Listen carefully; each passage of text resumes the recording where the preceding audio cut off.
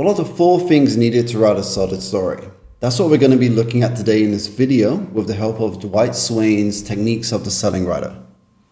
Hello, my name is Scott Kim and I'm the author of Shadow Neurons, a cyberpunk novel set in the future of South Korea where a telepathic interrogator must work with a cop who hates telepaths to solve the first murder in over a decade. If you're interested in picking up my book, I've put the link in the description below. I chose to use Dwight Swain's Techniques of the Selling Writer for this video and the next few videos because I've used it in the past and it's always taught me something every time I've read it. So I wanted to go over some of the tools and techniques that I found useful in this book and share them with you. So let's get into it. In chapter 1, Swain says that you need to know only 4 things in order to write a solid story. And the 4 things he names are how to group words into motivation reaction units, how to group motivation and reaction units into scenes and sequels, how to group scenes and sequels into story patterns, how to create the kinds of characters that give a story life. Now you may be wondering if these things really are that important to telling a good story, but I think Swain answers this question. Feelings tell you what you want to say, technique gives you the tools with which to say it. First off, let's talk about what motivation reaction units are.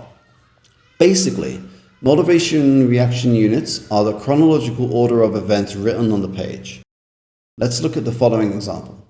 Beth screamed till her lungs burned as the bullet tore through her leg.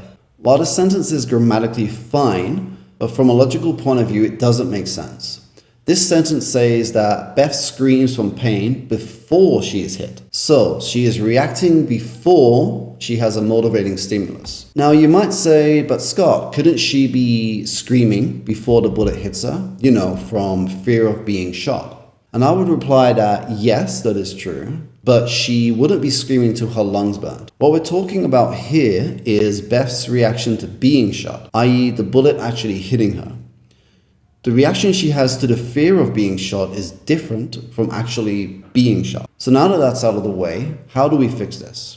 I think you've already figured it out, but all we have to do is simply switch the clauses around. Beth screamed till her lungs burned as the bullet tore through her leg becomes the bullet tore through Beth's leg and she screamed till her lungs burned. Or the bullet tore through Beth's leg, she screamed till her lungs burned. You could add more detail to each sentence to give things more life, but I think you get the point now.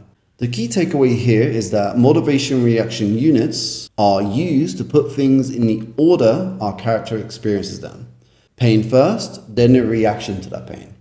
Now that we know what motivation reaction units are, how do we go about structuring them? Swain structures reaction units into 3 sections: feeling, action, speech.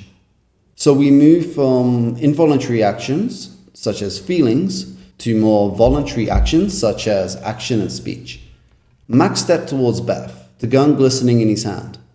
Beth's heart leaped into her throat. She stumbled back and hit the ground. "Please," she gasped, "don't do this." So we have our motivating stimulus, which is Max step towards Beth, the gun glistening in his hand. Then we have our 3 reaction units. The first is feeling. Beth's heart leaped into her throat. This is the reaction we can't control. It's our instinctual reaction to something outside ourselves that comes as a shock to our system. For example, if you see a bear coming your way or you open the front door to your house and find everyone and everything has vanished, and you're in the middle of space, what would be your initial feeling? Shock, surprise, happiness? Think about how you would describe these feelings in your own writing. The next unit is action. She stumbled back and hit the ground. Some, if not most, of our actions are intentional, but our feelings are usually what dictate them. So you see a bear coming towards you and feel fear. What do? Run away, fight it? Or you find everyone and everything has vanished and you're in the middle of space and you are happy that you never get to see those awful people again. How would you react? Would you slam the door and go back to bed? Throw a solo party? Think about how you would react to a given situation, but remember, reactions should be proportional to the motivating stimulus. And lastly, we have speech. "Please," she gasped, "don't do this." Speech is almost always our intentional reaction to a stimulus. For example, we see a bear coming at us and we choose to fight it. What would we say in this situation? Now, obviously there are times when we see something and instantly say something, which brings us to my next point. So while this formula should follow from voluntary to involuntary, you can skip parts of it. Now, what do I mean by this? Let's take my example again and change it up. Let's say we want to focus our attention on Beth's immediate reaction rather than how she feels. Max stepped towards Beth, the gun glistening in his hand. She stumbled back and hit the ground. Please, she gasped, don't do this. This gives more urgency to the action and works well for more action-oriented scenes and stories. But maybe we want to focus more on Beth's feeling and not her immediate actions.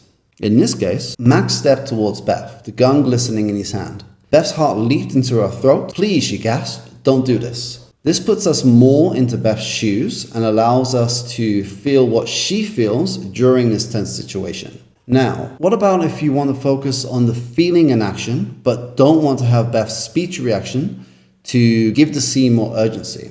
Max stepped towards Beth, the gun glistening in his hand. Beth's heart leaped into her throat. From this, you could just go straight into Beth being shot or increase the tension more through their actions or her thoughts. But the key takeaway from this is that while you can take certain units out, you should always follow the same pattern.